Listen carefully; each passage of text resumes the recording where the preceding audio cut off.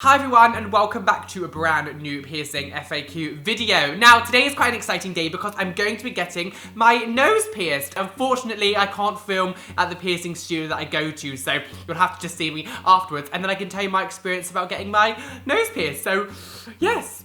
So it has been about 6 hours since I've done like the first part of the video and I just got home from getting my nose pierced and I absolutely love it. Like I'm so happy. You might have noticed in some of my previous videos that I had sort of like 2 spikes sticking out of my nostril. Well, they were fake ones that I was sticking on with like eyelash glue. I got quite a few questions in my last video about like the pain wise, like how much did your nose hurt? And I'm like, they're not real. So I'm really glad that I now have officially the first side done. I am going to be getting this side pierced as well eventually, but I didn't want to get them done at the same time just for like purpose of like healing and things. I didn't want to have 2 sides that were sore and like red and stuff because that's just, I can't deal with 2 at once. This is a 1.2 millimeter bar. It is a straight barbell that you would use in like a labret bar or like a lip side or something. There's like a flat end on one side and like the ball on the other. I do have to wait up to about sort of like 6 months before I can really change the bar. Now because it is a 1.2 millimeter, it's not as like long, like the healing is not as long process as if it was like a 1.6 because the hole's a lot smaller, so I don't have to worry too much about that.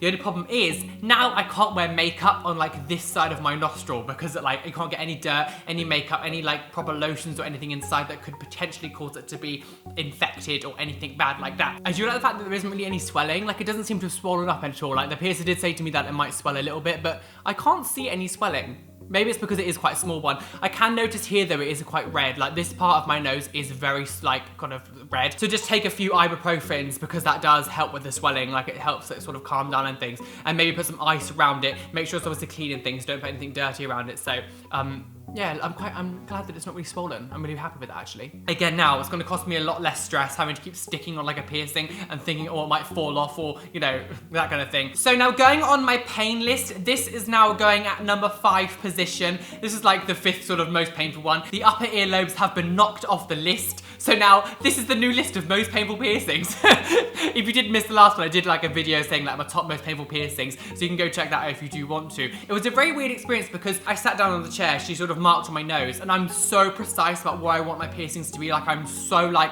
they have to be perfect. I sort of sat in the chair, she did it once and I was like, can you move it please? Because I don't like where it was. So basically, it almost ended up me doing it like myself, but had the mirror here and I was like, up, left, up, like, yeah. So that took a while. Now, it was really weird because I had my septum pierced. Now, where the septum is, like where the piercing goes through, is through a really thin bit of like skin. It's not cartilage, so it's not like a hard thing to get through. A lot of people think that septum piercings go through like the hard bit of your nose. This is not how, like, you can have that, but that goes like up here, like down here, your septum, it will not go through cartilage. I think that's a big misconception people do have about septum piercings. However, obviously going through the nostril, you are going through cartilage, and that was actually quite painful. Like my eyes are watering afterwards because it's like anything you pinch your nose, whatever, like your eyes start watering. So like, I was sitting there and I was like, and then my mascara and my like eyeliner started running down my face and it I looked horrendous. She clamped it and then pushed the needle through and then put the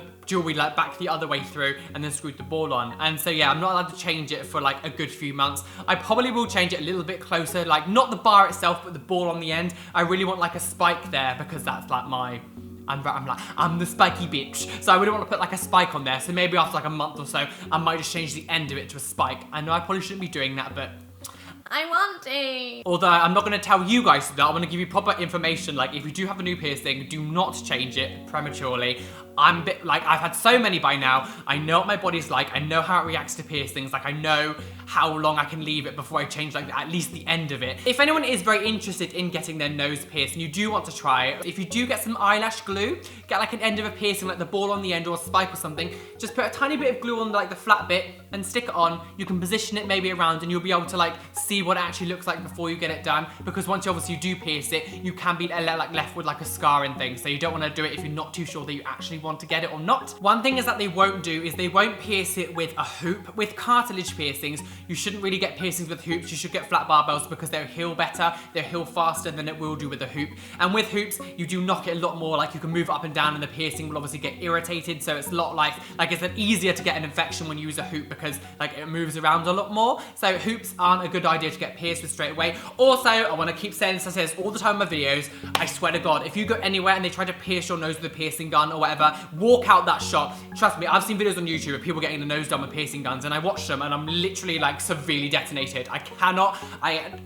No. So yes, I hope you enjoyed this really quick piercing FAQ video regarding my nose piercing. I really love it. I'm really happy that I got it done. Like, I'm so glad that I don't have to stick one at least on there now. So eventually I will get the other side done. Now it's gonna be really tricky to get it completely even. Like, no matter how much you would try, it's so difficult to get them like completely on point with each other. So that's gonna be an experience when I do get the other side done. So I'm gonna be sitting in that chair going, you have to get it perfect or I will kill you. Like, yeah, I get very sensitive when it comes to that kind of thing. So if you do have any more questions regarding nose piercings or anything else you would like me to answer, please leave it in the comment section below and I will get back to you as soon as I can. Also, I might just add them into another piercing FAQ video. If you are new to my channel, make sure you do subscribe. I do videos every single week regarding lots of things, not just piercings and stuff, but my life and all that kind of stuff. Bit of fun. Make sure you hit the like button because it does really help me out and I'll see you all very soon. Bye.